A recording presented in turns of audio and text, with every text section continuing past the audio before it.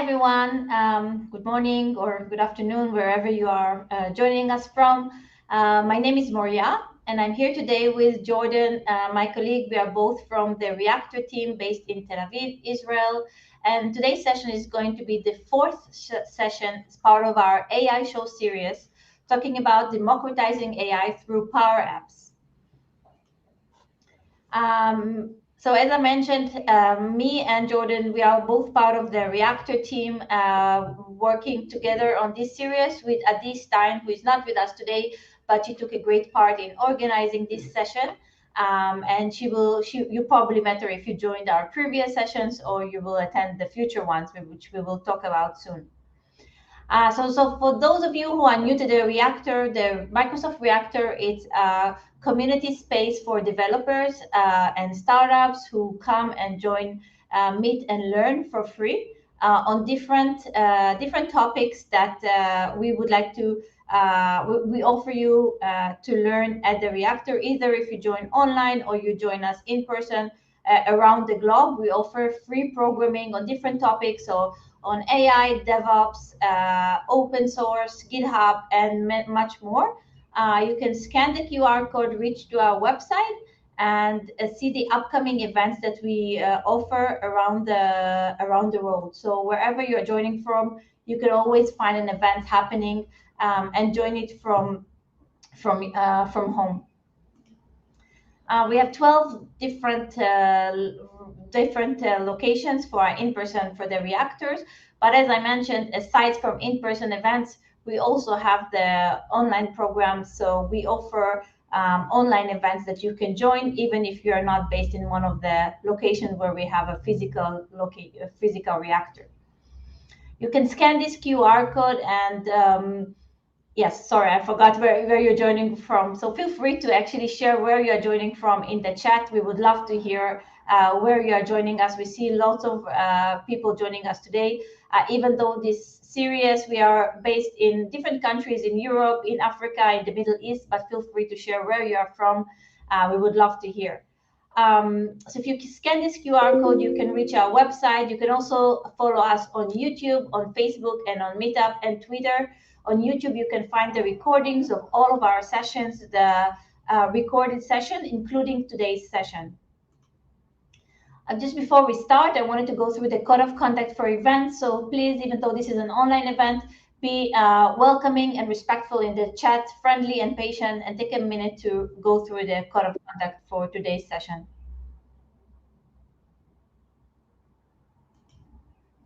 Okay, so as I mentioned, today's session is part of a six sessions in the AI show series, where we had the 3 previous sessions before.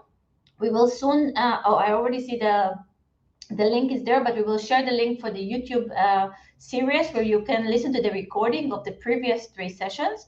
And we also have 2 sessions coming up on cognitive services and gaming in OpenAI. You can scan the QR code on the screen now to register for the upcoming 2 sessions, and you can also join. You can also listen to the recordings of the previous sessions on YouTube. We will share the link with you soon. Before we continue, I wanted to mention Microsoft Learn platforms, which you will hear a lot about during this session. At the Reactor and Microsoft, we are relying a lot of this platform. So for those of you who don't know Microsoft Reactor, you should definitely scan this QR code. Go to our website. We offer over 4,000 different modules and learning paths that you can learn individually on your own time from home on different topics. Get certified, share your certification on social, and really learn and skill for free from this platform. Today we are going to share relevant Microsoft Learn modules that they are relevant for the sessions that the speakers identified, and we will share it with you during their session in the chat. So feel free to visit the links and go through the learning path or the modules that's being shared on Microsoft Learn. I'm going to hand it over now to Hatim Nagarwala. Hatim is going to be the moderator for today's session. He's going to walk you through the agenda soon and introduce the speakers. So enjoy the session, and Hatim, over to you. Thanks a lot, Maria, for the introduction.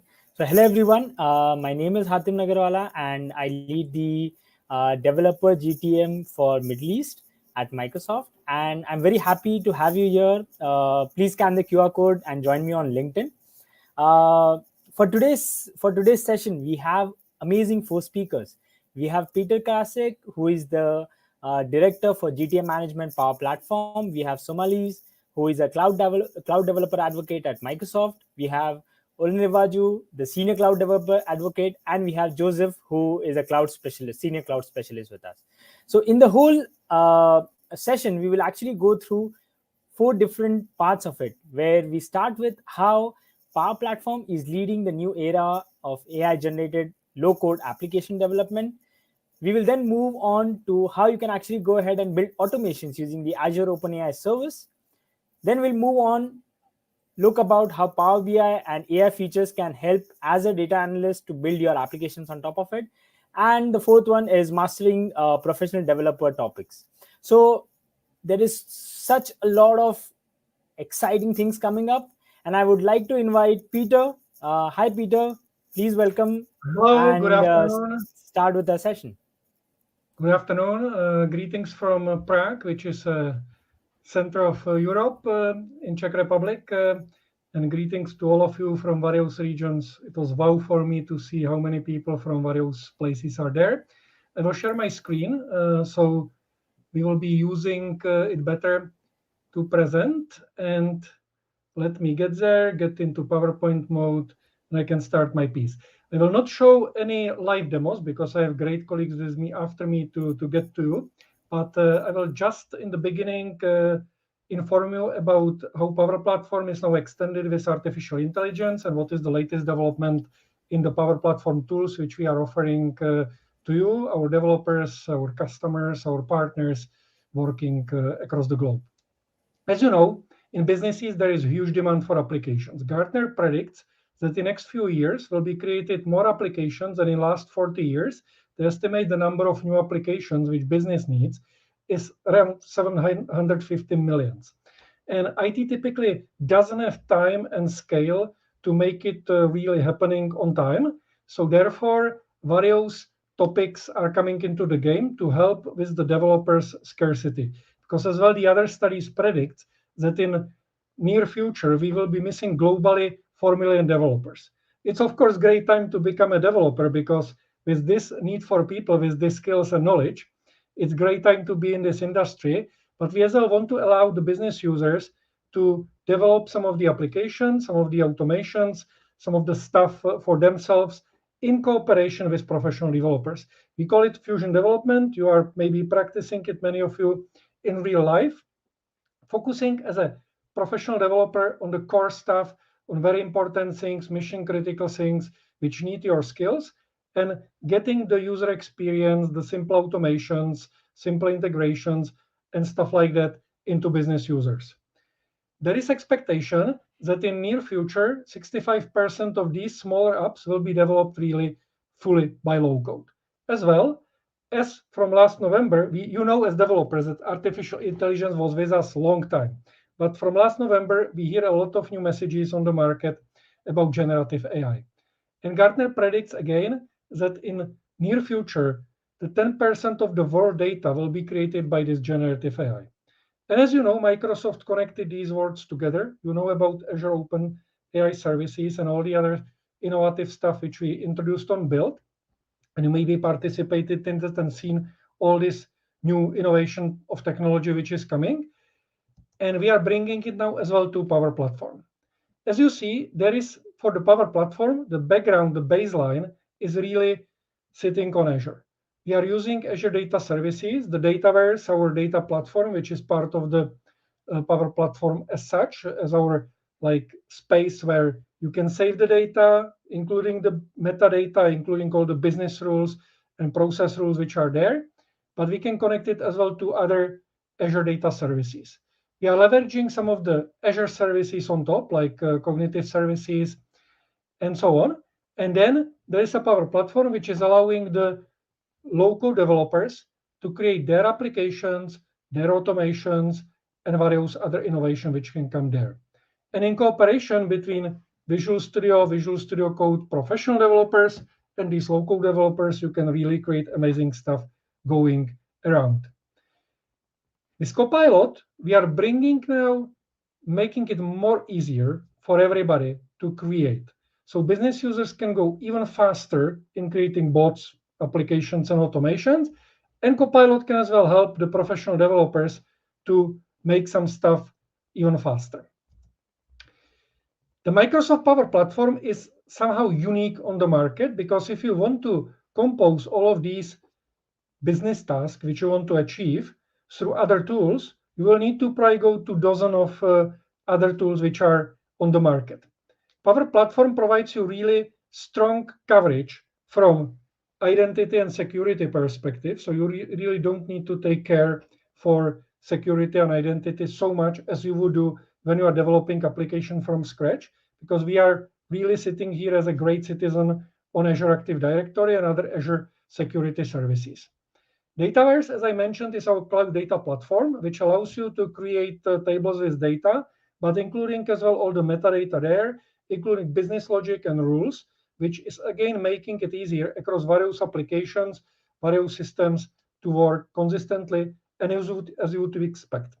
Dynamics 365, which are our ERP and CRM applications, are using as well Dataverse as a data platform. So it's very easy to integrate with those applications for critical business processes. But as you see, we have as well the integration layer. We have 1,000 plus connectors.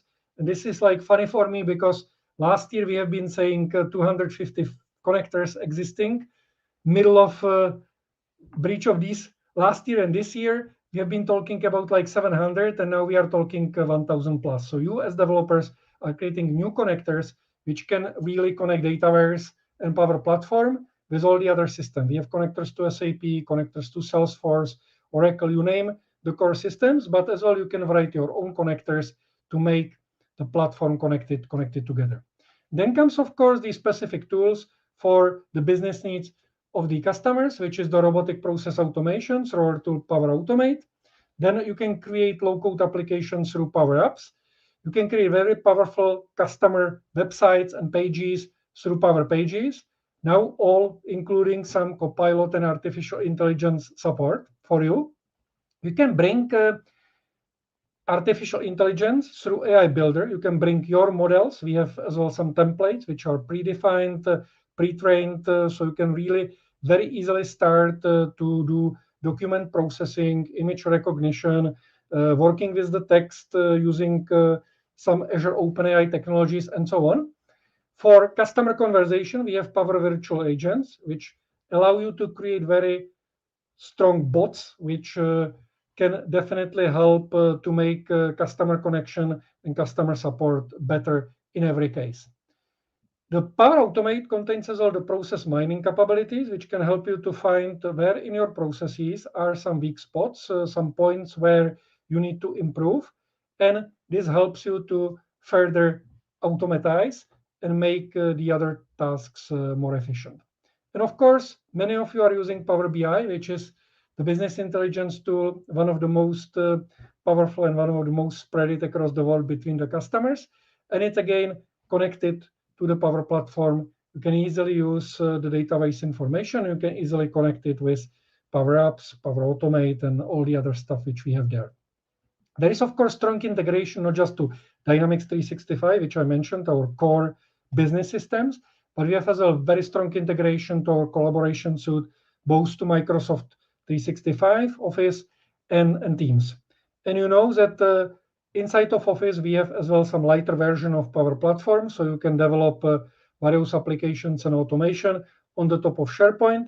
But we really strongly recommend customers to learn and consider to go to professional Power Platform using Dataverse and the connectors to really make your life easier, because we all know that SharePoint is not a good database. You need really something more serious to make a lot of work there. All these tools, which we see in Power Platform, connected between themselves and interoperable, are having now more than 33 million active users every month. So this is really the number one local platform across the world. We have proven through various Forrester studies, and they are available on our pages, that you can reduce development cost by 45%, especially when you really include it into Fusion development. You give professional developers focus and work on the core things which they are focused on, and you give a lot of flavor to the local developers, citizen developers, which can work in synergy. And this way you can deliver 55% faster to the end users the applications. We've been bringing into Power Platform a lot of new functionalities, which makes even professional developer life easier, connecting it really with the life in Visual Studio, connecting it with various other tools which we have there to make it this Fusion development, make this connection between professional developers and citizen developers even much more smoother. When we brought artificial intelligence, it brings primarily two things. First, it's easier to create applications, it's easier to create automations, easier to create bots, and easier to create websites, because you just by natural language describe what you want, and the Power Platform builds it for you in the background. We as well bring smarter and richer life into the application, automation, and bots themselves, because we are bringing some components of artificial intelligence like Copilot into the app. So you can have really the Copilot part of your application, and Copilot can bring immediately insights about data from that application just from scratch. You don't need to write some specific code to that. You just included specific component into the Power App, and you are able to bring it there. This is very unique and very differentiating for our Power Platform for you as a developers, and as well, of course, for your users who will be using it later on. You will see today some of the demos and examples from my colleagues about various tools which we have in Power Platform. And you can see that we brought artificial intelligence there already for some time. You can see that we started in 2021 when we brought natural language to PowerFX formulas. PowerFX is the language which is very similar to what some experienced Excel users were to write some specific Excel functionality and macros. And you know that in some cases, some companies still using Excel as their best ERP, having very sophisticated Excel sheets. And we warn them to not do that if you have a platform like this to make your application. It's always easier. And I love Excel, of course, on the other side to be there. And then we brought Figma, image and Figma to the application. So you can put the image of application. It creates application based on the image. And from 2023, we started to bring these Copilot experiences. As you know from GitHub Copilot and the other Copilots which Microsoft shared across all our products. We have Security Copilot, we have Microsoft 365 Copilot in Office, but we have as well Copilots now in every Power Platform application. So you can really do in Power Apps, you can do natural language to application, you can use the Copilot to help you to create some additional application components, to guide you on things how to develop application, and then bringing AI analytics, as I described, into the application itself. You can do Excel data import. So you have some very sophisticated Excel table, Excel application, I would say. You put it into this artificial intelligence in Power Apps, and it creates the app for you. So you can really transfer this old Excel-based business processes into modern Power Apps processes which are there. In Power Automate, it's similar thing. You use the natural language to describe what flow you want to create, and it creates this automation, this flow for you in the background. And then, of course, you can use the canvas to tweak it, make it nicer, make it more powerful, connect it to some other stuff, make it work. I'm very excited about Power Virtual Agents, which bring the natural language to bots, so you can really describe the topics and create the topics with Copilot, again, using the artificial intelligence, generative AI to create for you the topics. But we have as well generative answers and generative actions, which allow you to really create a bot based on the website, or generative action connecting it to APIs, which allow you to get very much integration with your background systems, critical systems, which contain some customer data and so on, and helping the customer on the chat with real life data coming from these applications. What was fascinating for me on build was to see the Power Pages, how we progressed with bringing the Copilot and natural language to help you to create web page. When you describe what you want, it creates the web page for you. but you can further tweak with Copilot as well the content of the web page. You can really make the toning of the language and the narrative for the marketing there. This is sometimes the most difficult part for some people, to make the web page looking cool and having some marketing white content there. And Copilot can really help you to bring it there from the more compelling perspective. You will see in some of the demos today the Copilot in Power Apps, how it brings a natural language to create the application, the table behind, and so on, and reimagine it, deploy it, make it really fast. The same is happening in Power Automate, which we have released as well, announced on the build. You have it in our previews, so you can really touch it when you go to our previews. I'm the most excited from Power Virtual Agents, where, as I described, the generative answers, you can connect to some website, which is your external website for the customers. And imagine to create a bot which can answer all the, if you are from technical space especially, all the questions from the customers, to really provide proper support, to give them the answer on some technical topic, or compare some of the devices which companies are selling on the web. You can imagine various scenarios where this is super difficult to write it, to program it, because to program this type of bot, it will take you about several months. Right now, you can really, in few clicks, to create a bot and tweak it in a few hours and make it really running and operative based on connecting just this website. Then it browses the website, finds the content, ChatGPT like artificial intelligence is transferring it to reasonable language and reasonable documentation for the customer, providing as well always links where customer can see more details. This is very helpful. You can connect it now, as was announced on build, as well to internal documents like OneDrive, SharePoint, internal documents. You can imagine HR having some vacation policy or something, and you can easily connect it there, and employees can, through this easy way created chatbot, get all these answers. The generative actions, which is the second column here, is to allowing the chatbot to act on behalf of the customer which is talking to the chatbot. So it can connect to the internal systems through API. It can run some automate flow for some approval and so on. You can again imagine various scenarios where to use it. And this is then allowing the user to get the data, get the content, and make the customer satisfied. Last one is generative assistant. So you can still, in the old-fashioned way, to develop the bot, developing the topics. Copilot helps you to make the topics happening, make you the trigger phrases for the conversation with all the variables, entities which are there, bringing their adaptive cards, which look nice, and making everything what you would normally program few days to make it in few minutes or hours to be ready. This is, for me, the breakthrough technology for some of the retail electricity provider companies and so on, where these virtual agents can really help to create very powerful chatbots from like day one, day zero. Here are various links to the Microsoft Learn and Microsoft documentation, where you can get all the information about all these new innovation in Power Platform. Most of that is now public preview. Some of the features in development, like the new canvas for Power Virtual Agents, it's already in the general availability, and we will be coming, of course, very soon to spread it across the world. Now it's mainly US data center preview English language, but of course, we will be spreading various of these features in a soon time to your data centers in your countries to be available for you. This is all from my side. Thank you for attention to getting overview what's there for you in Power Platform in connection with artificial intelligence, especially the generative AI.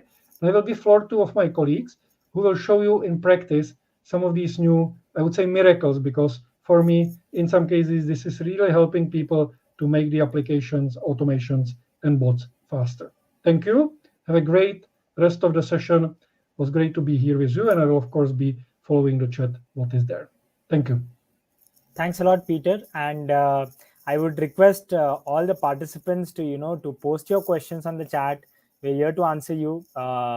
Anything if you need from Peter, we will be able to help you out. And thanks a lot, Peter. To be very honest, it's so good to to learn that we have Copilot at each and every step of our platform, and we could utilize it in a in such a broad spectrum, and I would love to actually see that coming forward.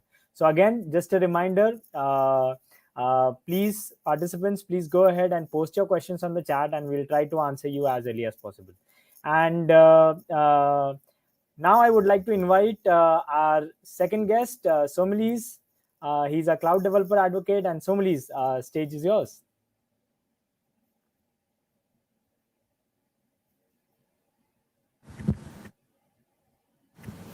Thanks, Hatim.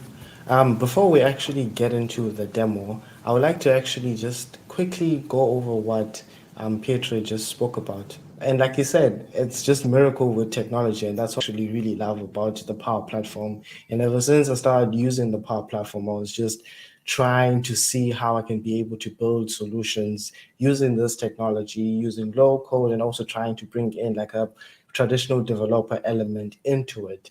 So I know Pietro actually touched on Copilot and Power Apps and touched on how you can be able to not use Excel as your data source, but use Power Apps as the right data sources. But ideally, that's what I actually want to show you today on the screen, just a little bit, and I have some of the homework that I actually have for you. So what actually happens on the screen, right? You see on powerapps.com, you can be able to go to the homepage and use Copilot. And within that preview feature, you would either use the existing prompts, or you can actually use your own natural language to actually build your app. So in this case, I want to build an app that actually tracks training information for either a company or any other institution that is out there. And then you can watch the magic that actually happens when you use Copilot. And ideally generates a table for us that actually has all of the columns that we would ideally need, and suggests that we can either edit those properties, edit those columns that are within our table, or add whatever we actually need within that table. So this is actually one of the things I love with Copilot, because again, the control of what you want your data schema to look like. You can actually view your column and see if it's actually the right data type, whether you want it to be it's only dependent on you. And then what you see on the right hand side of the screen actually is Copilot, where you actually use a chat where you can either describe what you actually want to add onto your table, be it another column. So in this case, for our training information, I actually want to add a column for either an instructor name, for an example, or an instructor email that I would actually use. So I can just describe what I want and say add that column for instructor name, and then Copilot, again with the magic that Petra actually spoke about, will then add in that column for us, and you can see that the instructor name is already populated with some sample data for us to actually use and consume. And again, if you want to carry on playing around with Copilot, we can actually use the give me suggestion natural language prompt, where we actually ask Copilot to give us suggestions on what we can do with our table, and then Copilot would actually give us those suggestions based off of whatever data schema we have for our table. So if I want to add stuff like the start date column, for an example, I can just click on the suggested prompt and actually add it into my column, because obviously this is a training information. So I'm just going to go ahead and click on start date column, and then watch Copilot again to update our data schema for a table, add in that column that we actually need, and then ideally it will also have some sample data, and then go right ahead and create our app. We take you to studio, where you'll be able to see the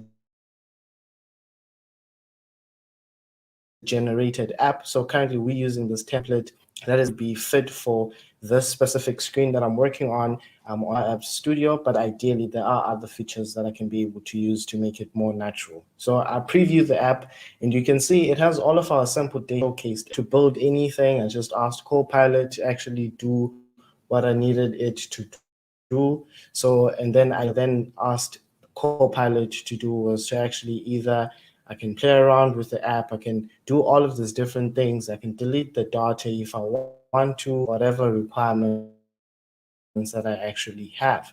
So that is the magic of Copilot within Power Apps. And again, it just doesn't take away from you as a developer. You can still be able to use your Power Apps skills that you already have within your skill set. And then ideally, what would be next for you is to just play around with the different features within. Just spoke about Excel. So I want to play around with a little bit with Excel because obviously you complex Excel spreadsheet have, which is the Excel to app. I can just upload my own Excel spreadsheet onto Power Apps, and then Copilot within Power Apps will then ideally generate that data schema for our table based off of whatever table that I actually have within my Excel spreadsheet.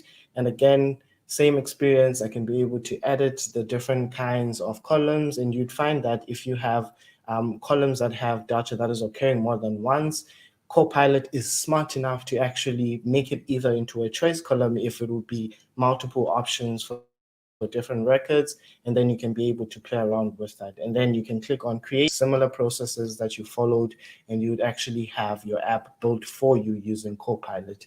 And you can preview it, you can see all of the sample data that was generated by Copilot, and also the data that you have on your Excel spreadsheet. And again, this is the magic within Power Apps and with Copilot. Let's switch over to Power Automate, where we can be able to build those complex processes that we want to do. Again, this is for people who are just starting out with the Power Platform, Power Apps, and Power Automate that actually want to see how they can be able to build the solutions. Again, I use natural language to send a Teams message in Teams whenever a new survey response is received, and I can confirm that and obviously set up my connections within Power Automate. And then if I'm happy with those, I can click on create, and I can create my own Power Automate flow. And Copilot actually has all of these actions set up in the proper steps that I actually need them. And this is the new designer experience within Power Automate, and you can be able to use Power Automate Copilot here. So you can be able to either add specific actions that are based off of whatever requirements you have, and you can edit all of those things. So right now I'm just setting up my form because obviously you still need to edit a few things here and there so that you can meet your specific requirements. I wanted to post this message on a specific Teams channel, so I have to specify the team, and then afterwards I'd have to specify the general channel for an example. Here's another cool part that you're going to see actually with Copilot is that now when I want to post this message, I want to post the message with the response from the form. How do I do that? I can just put a forward slash, and then Copilot will just suggest whether I want to use dynamic content or I want to use an expression. So I opted for dynamic content right here because I want the actual problem that was submitted from the respondents to be able to be addressed. So this is like a support request form. So I'm going to put that forward slash again so I can be able to add in my dynamic content. I don't necessarily have to go and look through hoops where I can be able to add dynamic content. So it sets it a little bit easy for people who are starting out with Power Automate and they want to play around. And also, when you're already well seasoned with Power Automate, you can be able to boost your productivity with Copilot. The next step is if I want to add another action, and ideally, if I'm a beginner within Power Automate and I don't know how to add that action, I can use Copilot to actually describe what kind of action I actually want to use. So in this case, I want to either send an email if the priority of that support ticket from our form is either high or critical, so that I can be able to send that email and the support team can be able to look at it. The important part with using Copilot within Power Automate and Power Apps, Power Virtual Agents is your prompting, because ideally you want Copilot to understand what you want to actually achieve. So you can see right here, I did that on purpose so that you can be able to see what a good prompt is within Power Automate Copilot and what a bad prompt is within Power Automate Copilot. So I added another prompt where I want to add a condition so that I can send an email when the priority of the response from the form is either high or critical. And then watch the magic happens with Copilot again. where Copilot will then suggest and add that action and that condition control within our Power Automate flow that we're doing right now with this new designer experience. And again, like I said, I can't stress this enough. Your prompting needs to be very good so that you can be able to get the best out of Copilot within either Power Apps or Power Automate. So you can see right now, my flow was automatically just updated with these specific actions and the control that I actually need. Again, if I want to specify, I can be able to change either the email, for example, and I would add in the email of who I want this email to go to, or I want to actually specify the body of the request of the solution. And again, another option is for you to click on that specific action or control within Power Automate, and then use the Copilot to be able to update your action so that it can either pre-populate your specific fields that you want, like for an example, the email field in this case. And again, even with this, your prompting needs to be on point so that you can be able to allow Copilot to understand what you are trying to achieve. Ideally, if once you're happy with your flow, you can be able to save it using the Copilot experience. As you can see right now, I'm still trying to update my Power Automate flow and my condition to be able to specify which column I'm actually looking at. So I'm gonna go ahead and just save this Power Automate flow. I built it with Copilot. I didn't necessarily need to go through that extra step of going to click on create flow, specifying this is automated cloud flow and all of those things. Copilot did that for me. And again, you have to be responsible and intentional with what you are trying to build using Copilot in Power Apps, Power Automate, Power Virtual Agents, and Power BI and Power Pages and all of those. Right. So that's where my demo actually ends, right? In this case, I wanted to show you that because ideally, this is how you can actually use Copilot with Power Apps, Power Automate, and all of those things. But my last part to you guys is to actually look at all of the things that Pietri actually spoke about. So, for an example, in this case, you would then need to either look at how you use Copilot and how you use AI within Power Virtual Agents, how you use AI and Copilot within Power Pages. I wanted to show all of that during this specific session, right? But ideally, I thought to myself, why don't I let you guys decide for yourself and go and actually explore how all of these different features work within the Power Platform? So my homework to you is to actually look at how you can use AI within Power Virtual Agents. So in this case, it will be either how you use conversation boosters within Power Virtual Agents, all of the things that Pietro actually mentioned with Power Virtual Agents, and also how you use Copilot within Power Pages. Again, Power Pages and Copilot is ideally there to help you as a developer to actually increase your productivity when you are building your websites and all of those Power Pages. And then the next part, ideally, is to just specify how you actually get this access to these features.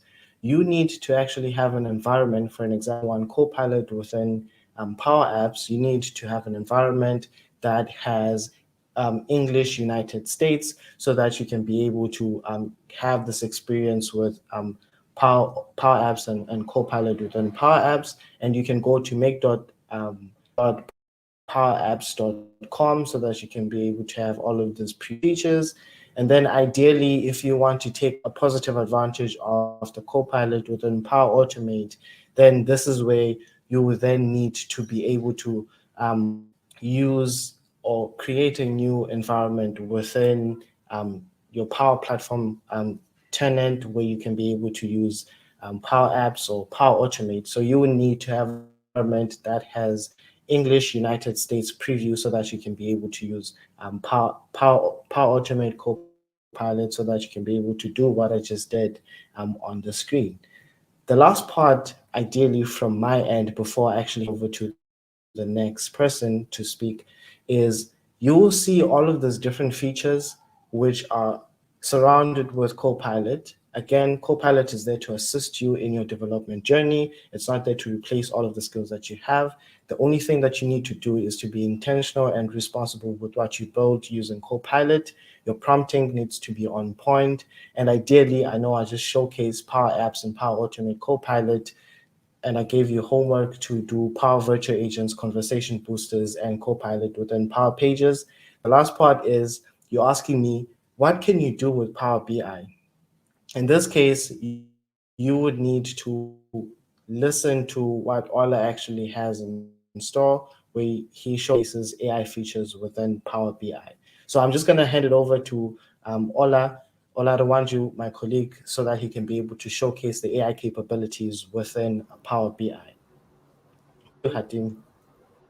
Thanks a lot, Somalis. And we'll pause here again, remind our audiences, if you have any questions, please post it on the chat and we'll answer you over there.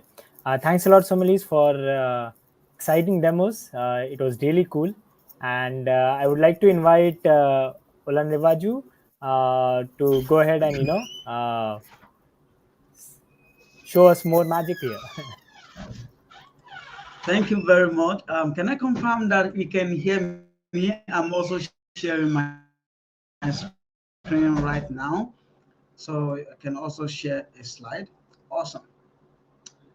Okay, so hello everyone. Good evening from Lagos, Nigeria over here. I'm so happy and I just want to say thank you to our previous speakers. It's really exciting to see, when we started this journey at Microsoft, the AI journey has really, been shared by Pith, who took us far back 2021, and we saw the effort into AI journey actually started quite some years ago. And today I'm going to be showcasing and showing you some AI capability features in Power BI, especially for data analysts.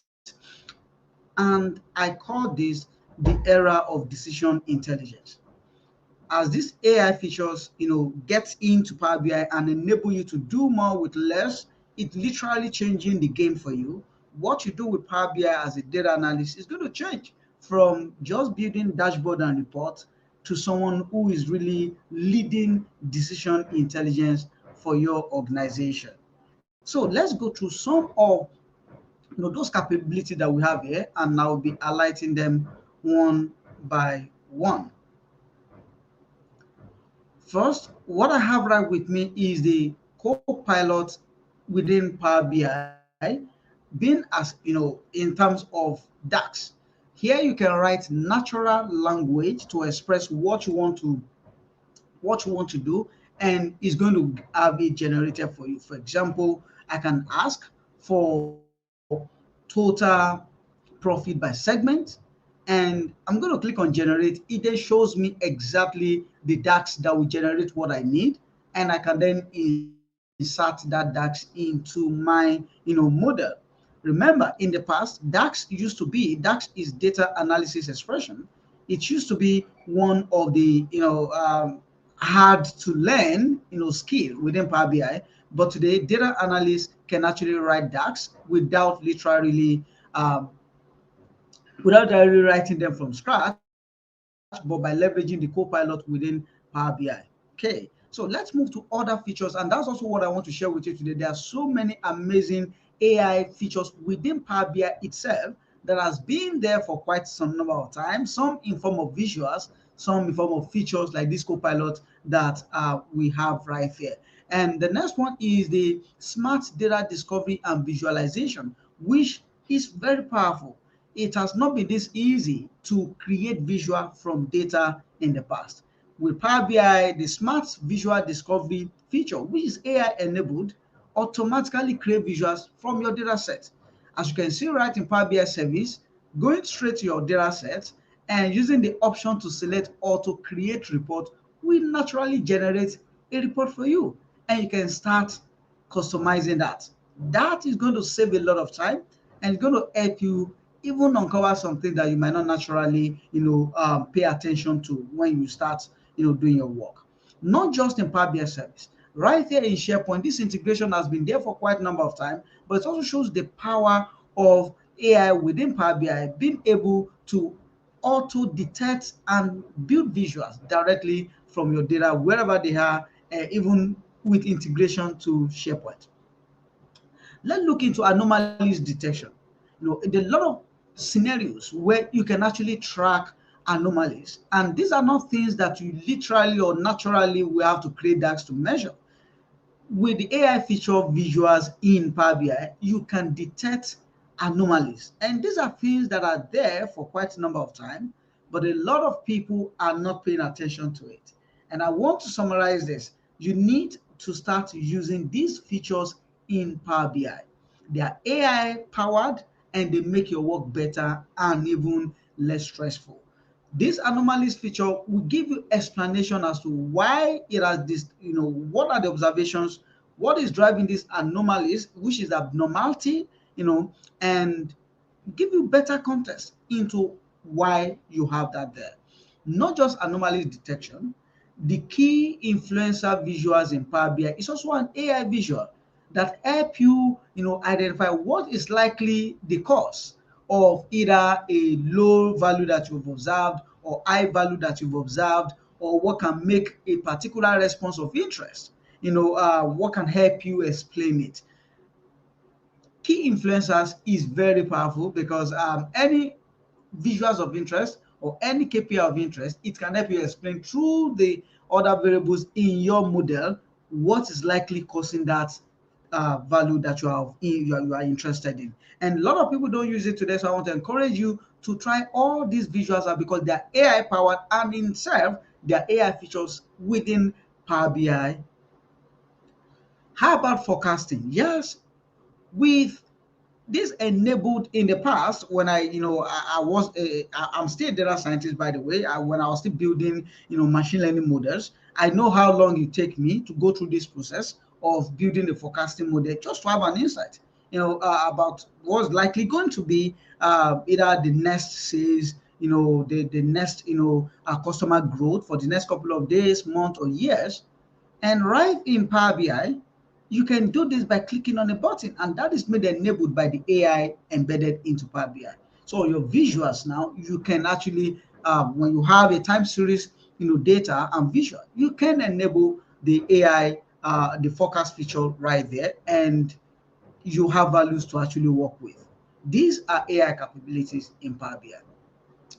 We also have the text analytics, which may right within Power BI. When you collect customer service, you can now analyze it better than just the word cloud, better than just the categories of visuals you're having. You can create sentiment score that help you feel the pulse of the customers. And you can thereby, further analyze this in your visuals to provide better context into how your customers are actually feeling. Not just about the open-ended questions, that they feel, but what is the quantifiable, measure of their emotions through those survey that they have, reported.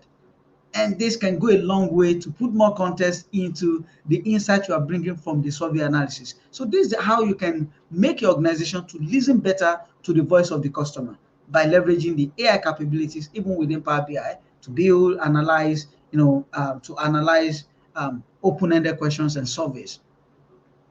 Let's look at decomposition tree, which literally is just more like root cause analysis. It helps you to drill down to actual causes of some of the things you are seeing. And to be very honest, this is amazing. I have used it repeatedly and I'm always fascinated every time because it helped me following the first principle of thinking. As a data analyst, these are the levels of questions you should ask and also drilling down into your data. But these visuals enable you to do this by helping you to understand the root cause of some of the things you are seeing in your data. For example, right here, I'm drilling down into why do we have back order, the total percentage of back order, and it's showing that it's actually coming from a particular plant. One of the plants is having the highest number of contribution, and drilling down there found out that can we check this further and realize product type, patient monitoring as a product type actually have higher contribution compared to others. And drilling further to say, what's the region? Is there anything specific about this? Yes, When you drill by region, we realize that Midwest have highest. So you are literally going deep to identify the real cause of the challenge or the problem that you're facing. And that's how you are using your data to drive decision intelligence beyond just building visuals. So these are AI capabilities yet in Power BI. Almost done. There are quite a lot, right? Yes. We also have the Q&A Power BI visuals. So, and I want you to also drop in the comment section which of these visuals, and AI features within Power BI have you used? Which of them have you used, and which of them will you try out, after this show? Right here, the Q&A visual allows you to ask questions from your data in natural language, and it's going to plot and give you the answer either in form of visual graphs or charts, or even in number card in case what you're asking for is something that can be represented by numbers. This is going to change the way data analysts work. Already is changing it. Now that you have this aid, you have this co-pilot, you have assistants right there as a data analyst, your work is becoming more of how can I use this data to bring much more value to the business rather than just building visuals. And you have the best assistant with you in Power BI, which is the co-pilot features that are already here, that are coming in, and even the one that we have. Right. So I'm done showcasing this. And I just want to, in case you are interested in how to get to use any of these, the guide on how to use each of these visuals, you can always check the link, which is aka.ms/Power BI AI. It shows you all these AI capabilities, including the co-pilot that's currently in private preview, which if time permits, while you're asking your question, I can also share a video demo of how this co-pilot in Power BI can literally change the game. I'm now going to pass the mic over to Yaden in case there are questions. Thanks a lot, Ola. It was an amazing session. I love the part when you do a generative AI chat and you get to know your data in a better way and actually visualize that. Thanks a lot for your session. We would ask our audience to go ahead and paste your questions on the chat, and I would invite our next speaker, Joseph. Joseph will actually go ahead and give us a deep dive and explain us more about how we can actually bring this to reality. So over to you, Joseph. Yes, thank you, and thank you for the previous sessions to highlight the new capabilities of our Power Platform. And now I'm switching back to Power Apps and Power Automate, maybe Power Automate, but Power Apps definitely. And I would like to combine the services, the application lifecycle management, the Fusion development team, and Fusion development architecture concept together with Azure Open AI services, and how they can unleash even more potential of these platforms. So let's dive deep in. And maybe just a moment, because I need to open my PowerPoint. So application lifecycle management. So I would like to talk three main points or main concepts that will be also demonstrated at the end, that I will show up the demo. And to understand the demo, I would like to address first of all the application lifecycle management, why we are doing as professional developers. By the way, I'm a professional developer. I still have the hands-on skills to write code in different languages. Nowadays, I use GitHub Copilot to even write code in other languages as well, not just the ones that I've learned and used in the past. And application lifecycle management is something that's very important for professional developers. This is, let's say, the cycle that starts with building the application, packaging the application, executing all the tests, starting from unit tests to integration tests, and also sometimes system tests, and delivering the binaries to the environments, to the different environments. And of course, we would like to have it as a managed way, and we would like to have it fully automated. This is our expectation. And foremost, we would like to have those binary changes, let's say, kind of support the backwards traceability. So what we have done, what is currently in the production environment, where is the source, the single source of truth that has been pushed to the development, pushed to the production environment. And you know, the more mature an organization is or development companies, these release cycles are more and more and much more faster. So really mature organizations can hit numbers like release cycle less than 1 hour, release cycle less than a few hours. And this is also possible with all the goodies that application lifecycle management provides you. And this is the concept that we wanted to bring into or behind the Power platform. And we have created some actions for GitHub and also some tasks for Azure DevOps services, and also a package at how you can do and how you can realize application lifecycle management for Power Platform solutions. And I mean a solution, this is not only for Power applications, but also for Power Automate, and we are going to see what we can put into those solutions. But the main concept here is to provide a fully automated way to deliver the application directly to the environments, to the different environments, based on your favor, and let's say that based on your governance and compliance needs. Plus, this approach helps also the developer teams, I mean the professional developer and other developer teams, to work together and to work and collaborate together in those fusion development teams. So that's the quintessence. These actions are available, can be easily installed into your GitHub repo and get used in your GitHub flows. And moving forward, and this is because we are going to see this demo as well, what's happening in that particular flow or in that particular GitHub flow is the following. So we have the environment on the left side, the dev environment. So this is the developer environment where a particular developer creates the changes in the application.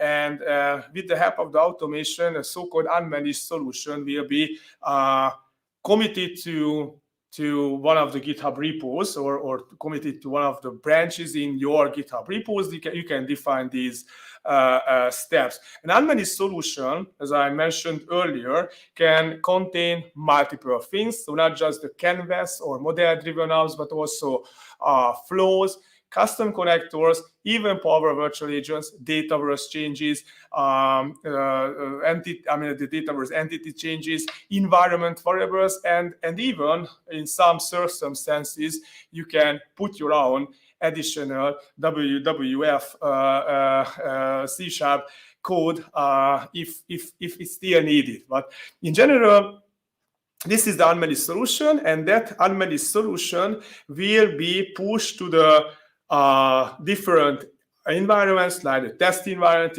and production environment, as a managed solution. And managed solution is something that is immutable.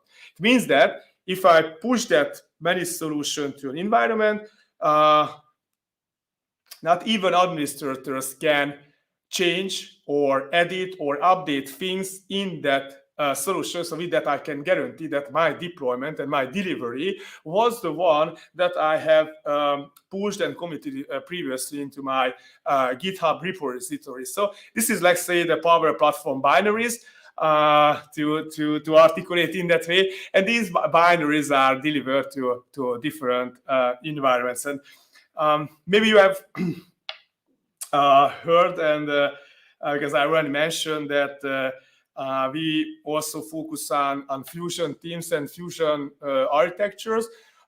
Fusion teams, and I brought the definition from Gartner,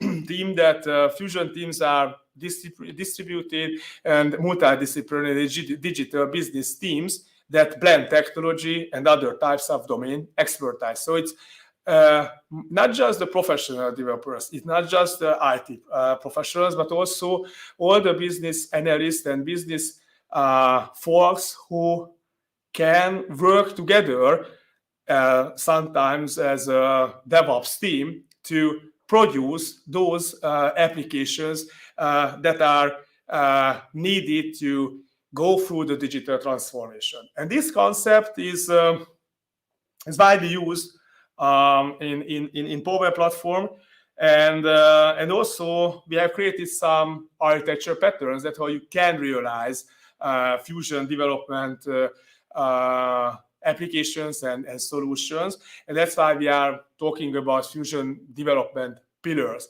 And Fusion development starts in most cases with an API first approach. So this is the code first approach. This is the area, let's say, where professional developers, cloud engineers, or cloud developers are pretty much good at.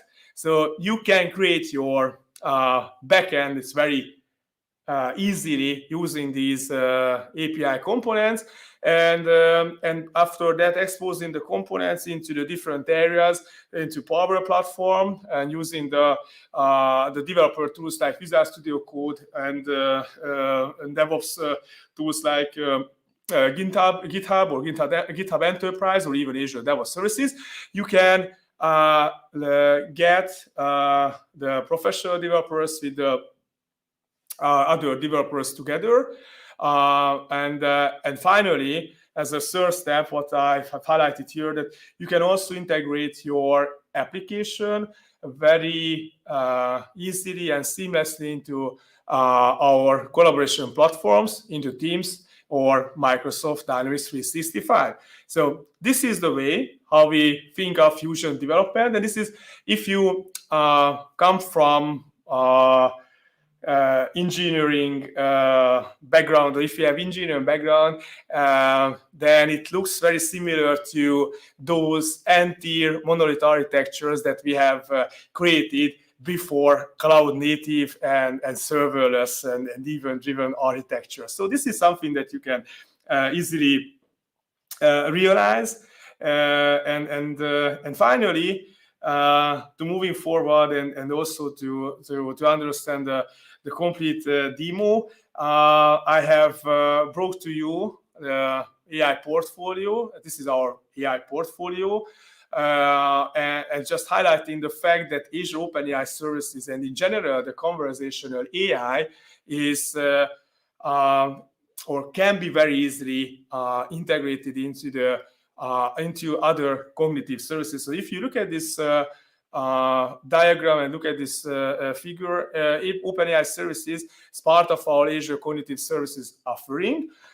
These are already pre-trained models. So if you look at the vision, speech, language, decision services, and among others, OpenAI services as well, they are pre-trained models. And under the hood, if we go one step below, under the hood, you can see that Azure Machine Learning service is the, let's say, the underlying service that was used to train those models for object detection, for text-to-speech, speech-to-text with different dialects, or the translation story, and also, of course, our conversation AI models, those large GPT models that have been created with the help of the Azure Machine Learning Services, plus our infrastructure on top of it.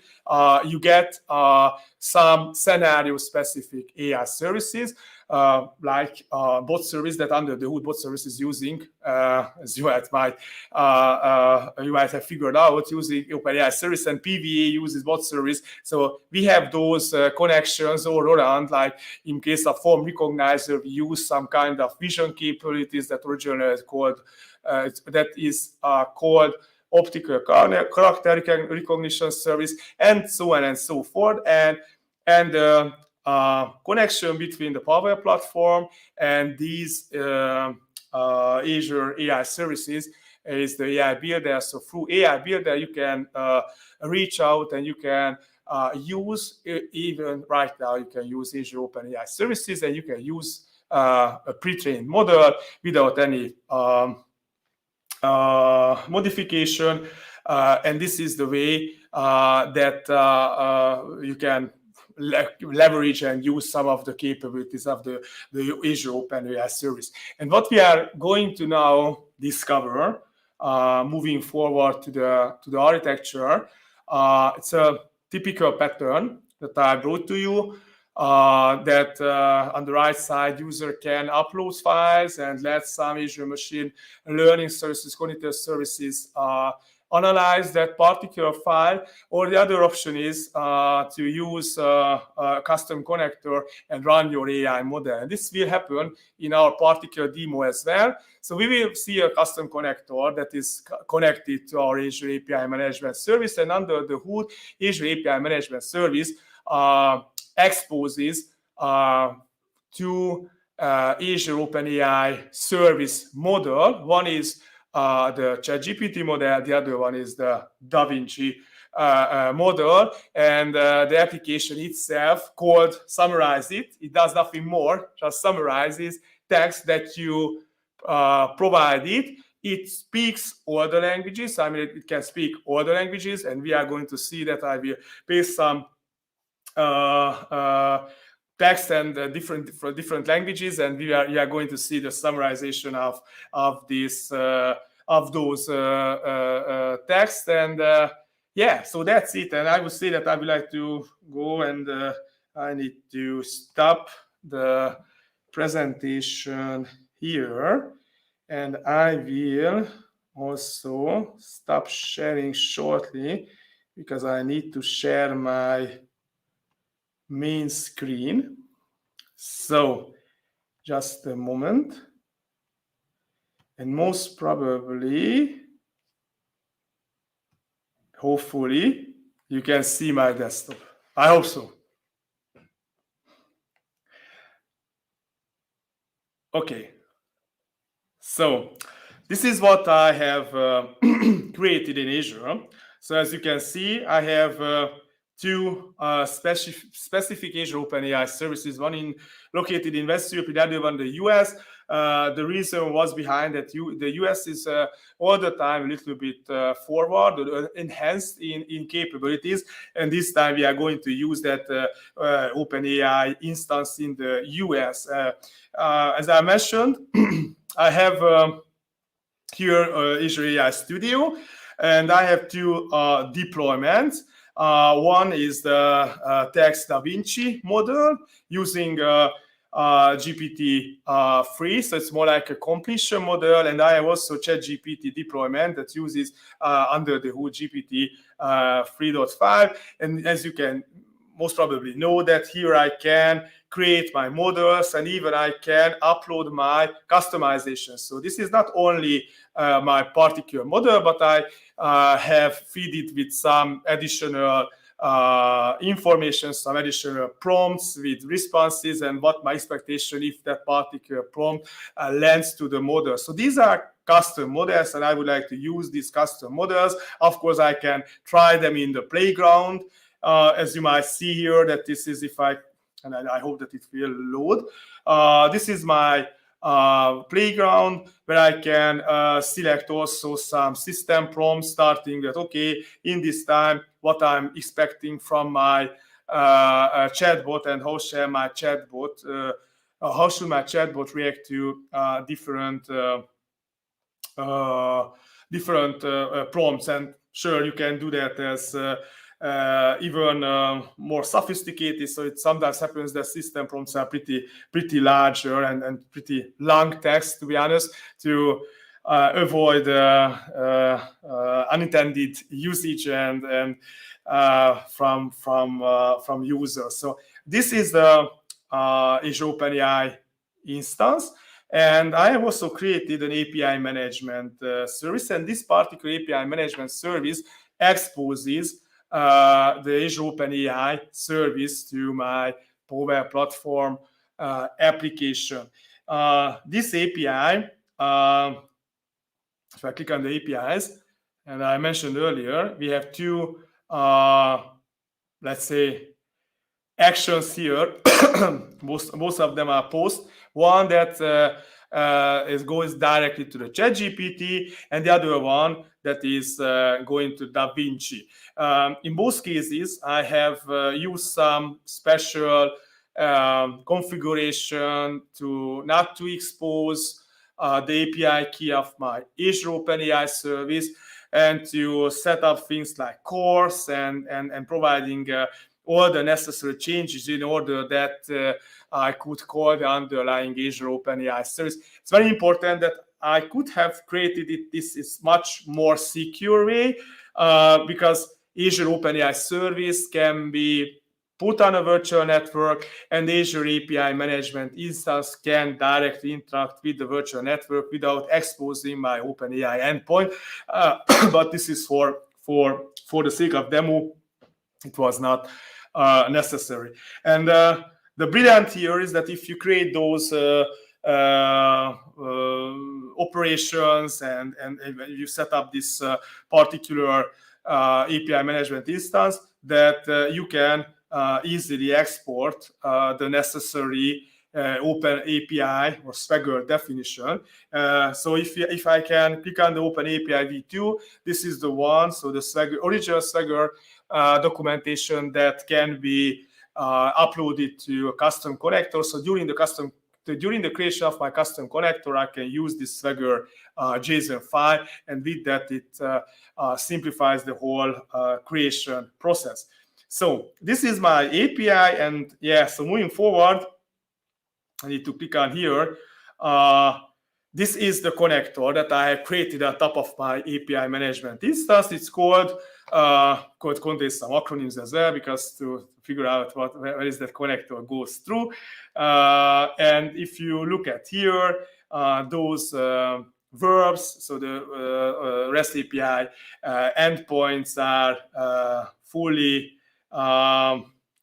exposed here.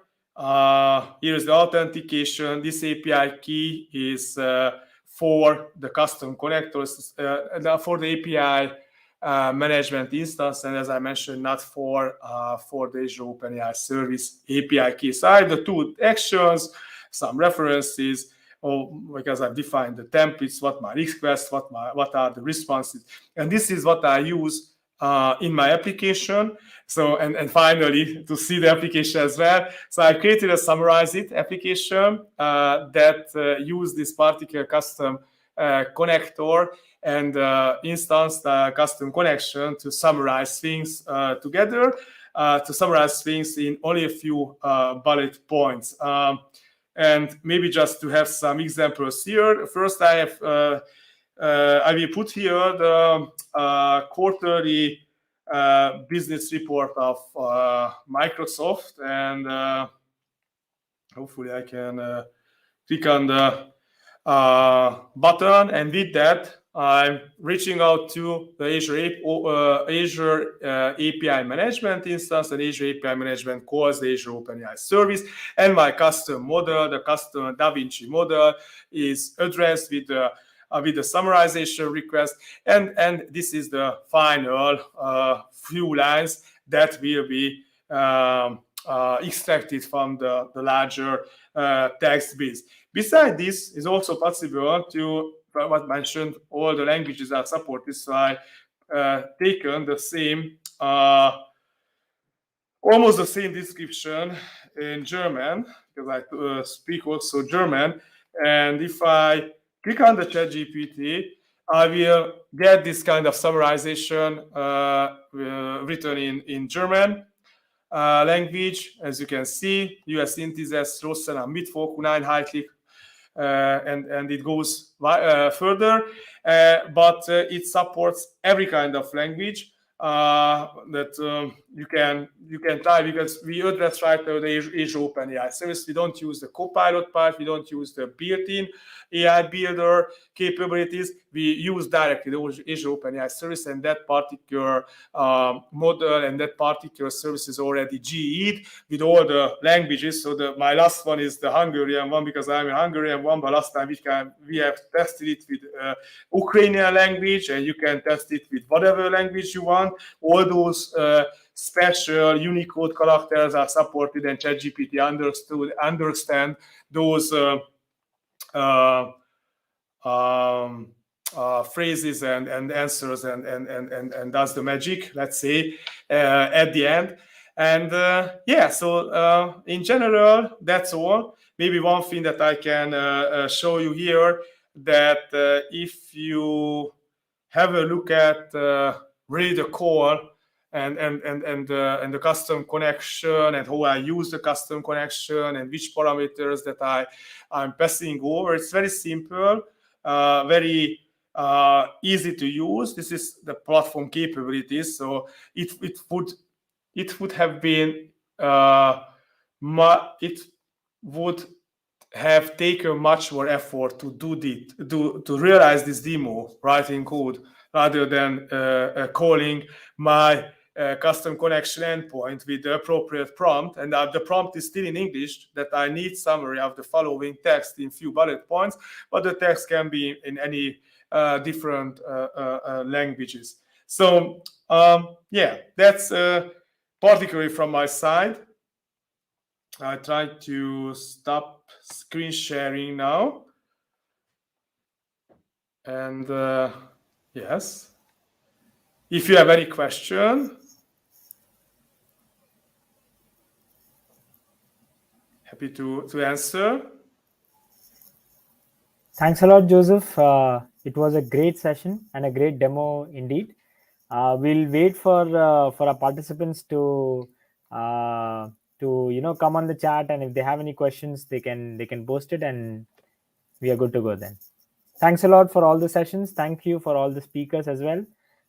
It was an amazing discussion.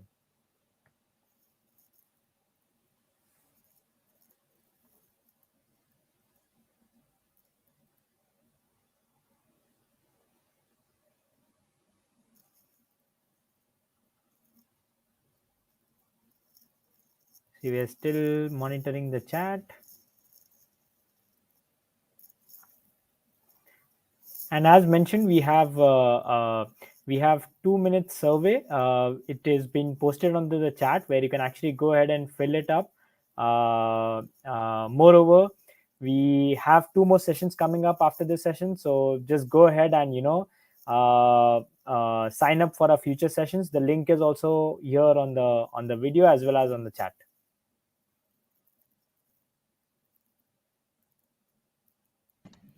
Also, feel free to go ahead on the Microsoft Reactor page to stay posted on any kind of events we have and online events, anything like that. And feel free also to check out the Microsoft Learn links that we share in the chat about the following topics we had today. So I think no new questions. So thanks a lot, everybody, to join us today. And see you in the next episode.